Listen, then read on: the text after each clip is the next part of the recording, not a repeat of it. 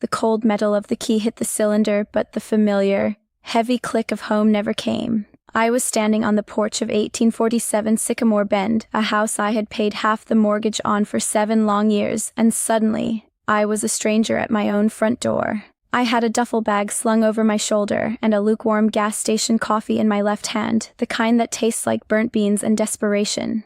I tried the key again. I wiggled it. I pushed. You know that feeling, right? That split second where your brain refuses to accept what your eyes are seeing. You think maybe the wood swelled in the humidity, or maybe you're just tired. But deep down, in that hollow space behind your ribs, you already know. The teeth of the key didn't match the lock anymore. My husband had changed the tumblers while I was 300 miles away. I didn't even have time to set my coffee down before my phone buzzed in my pocket. It was Mike. He didn't wait for me to say hello. His voice was flat, practiced, like he was reading a script he'd highlighted in yellow. "Elaine," he said, and I could almost see him standing in our kitchen, leaning against the granite counters I'd picked out. "The house is gone. I've already filed for divorce. It's for your own good, really. Just enjoy the show." For my own good. He actually said that. After 7 years of sharing a bed, a bank account, and a life, he'd decided that locking me out of my own existence was an act of charity. I stood there on that porch, looking at the blue paint of the door, and I did something Mike didn't expect. I didn't scream. I didn't cry. I smiled until my face started to ache. "Okay, Mike," I whispered into the receiver. "If that's how you want to play it. Okay." I hung up, and before the screen could even dim, I was typing a message to a woman named Athena, my lawyer, 6 words that had been months in the making. They took the bait. File everything.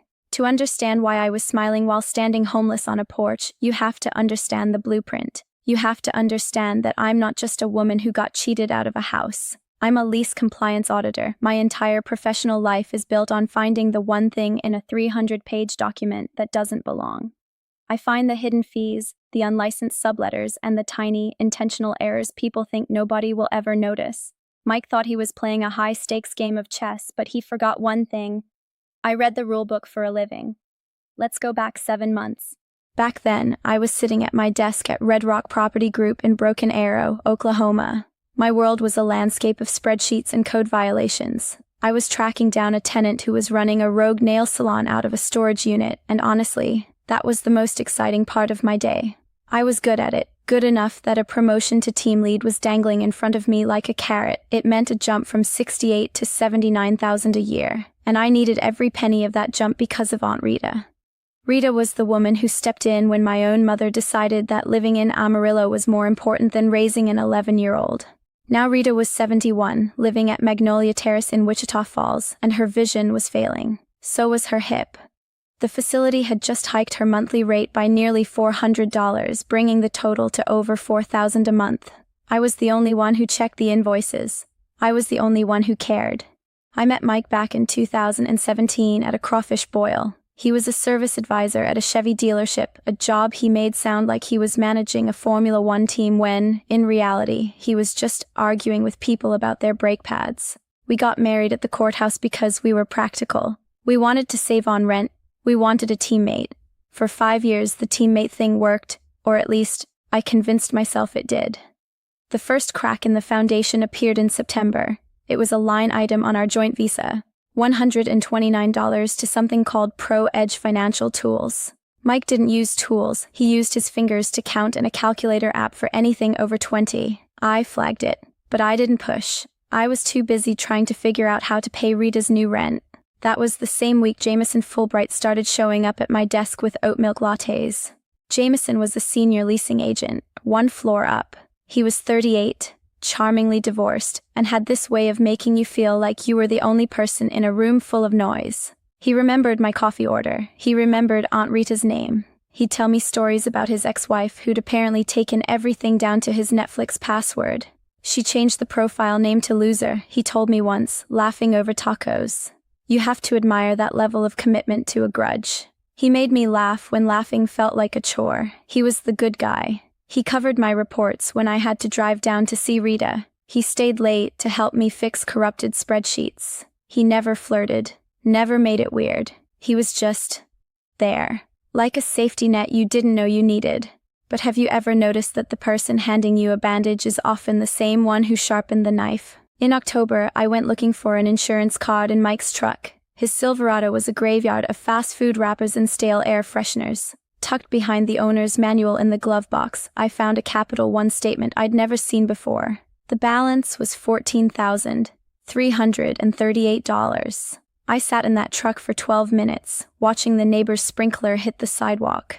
$14,000 of debt, in a marriage that was supposed to be practical. When I confronted him, Mike didn't get angry. He got small. He told me it was for car parts, for a side project I wouldn't understand. I told Jameson about it the next day. He listened with his elbows on his knees, looking so concerned it almost made me feel better.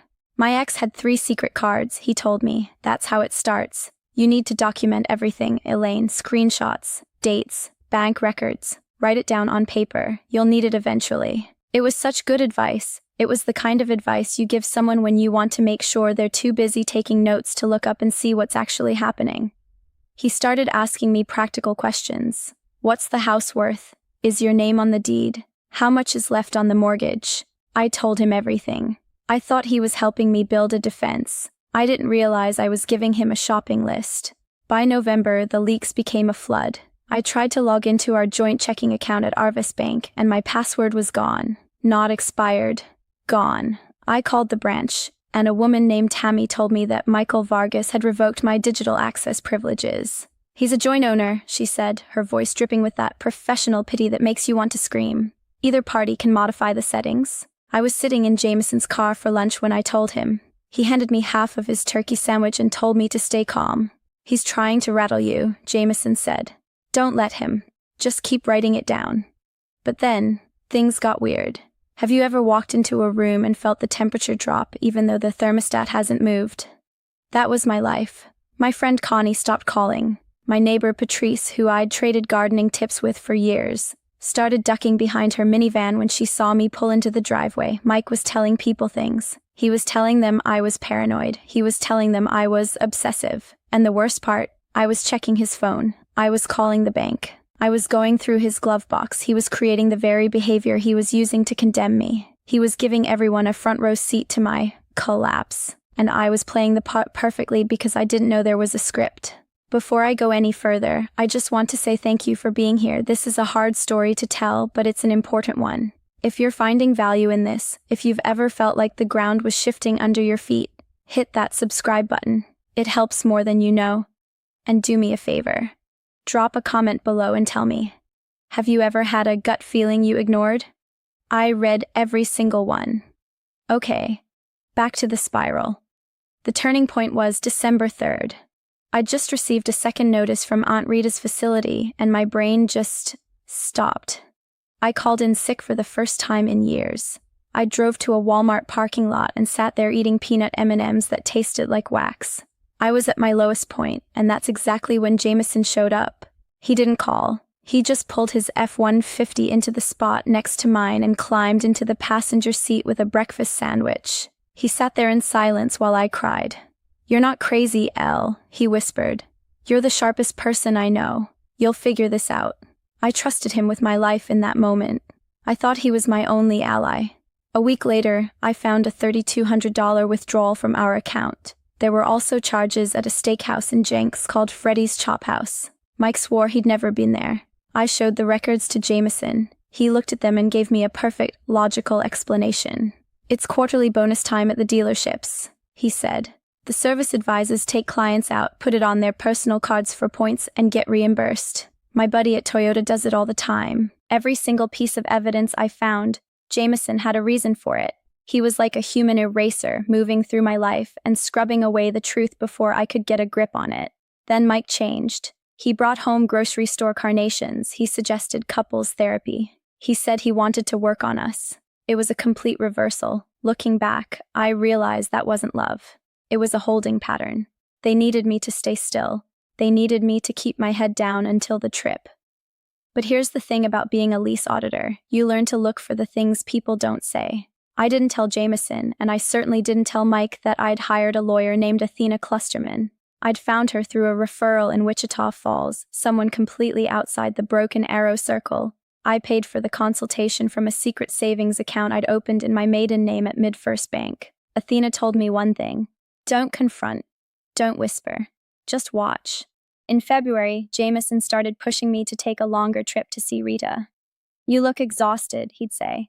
Take 3 or 4 days. I'll cover your reports. You deserve a break. I agreed to go in mid-March.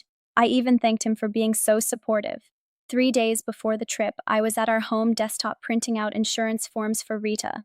Mike was always on his phone, but he'd left his Gmail logged into the computer. I wasn't snooping. I was just trying to get to Google Drive. But then I saw it. An email from Jameson Fulbright to Mike Vargas. Subject: Sycamore Property, Timeline. I opened it. My heart wasn't racing. It was cold. Frozen. The email had a draft purchase agreement attached from a company called Heartland Home Solutions. The buyer's name was Trey Scanland. The price? $219,000. Our house was worth nearly $290,000. The email said, she'll be in Wichita Falls the week of the 20th. 3 days is enough. Change the locks Tuesday. Trey files the offer Wednesday. I'll handle the rest from this end. The world didn't explode. It just became very, very clear. Jameson wasn't my friend. He was the architect. Trey Scanland wasn't a random buyer. I found out later he was Jameson's half-brother. They were using Mike's debt, that $14,000 credit card Jameson likely helped him open, to pressure him into a quick low-market sale. Mike would get enough to clear his debts and start over. Jameson and Trey would flip the house for a $70,000 profit. And I was just the paranoid wife who would be left with nothing but a duffel bag and a divorce decree. Jameson had been coaching Mike on how to gaslight me. He'd been the one telling Mike about my bank calls. He'd been the one telling my manager I was struggling at home so I wouldn't get the promotion that would have given me the financial power to fight back. Every supportive lunch, every breakfast sandwich, every oat milk latte. It was all just data collection.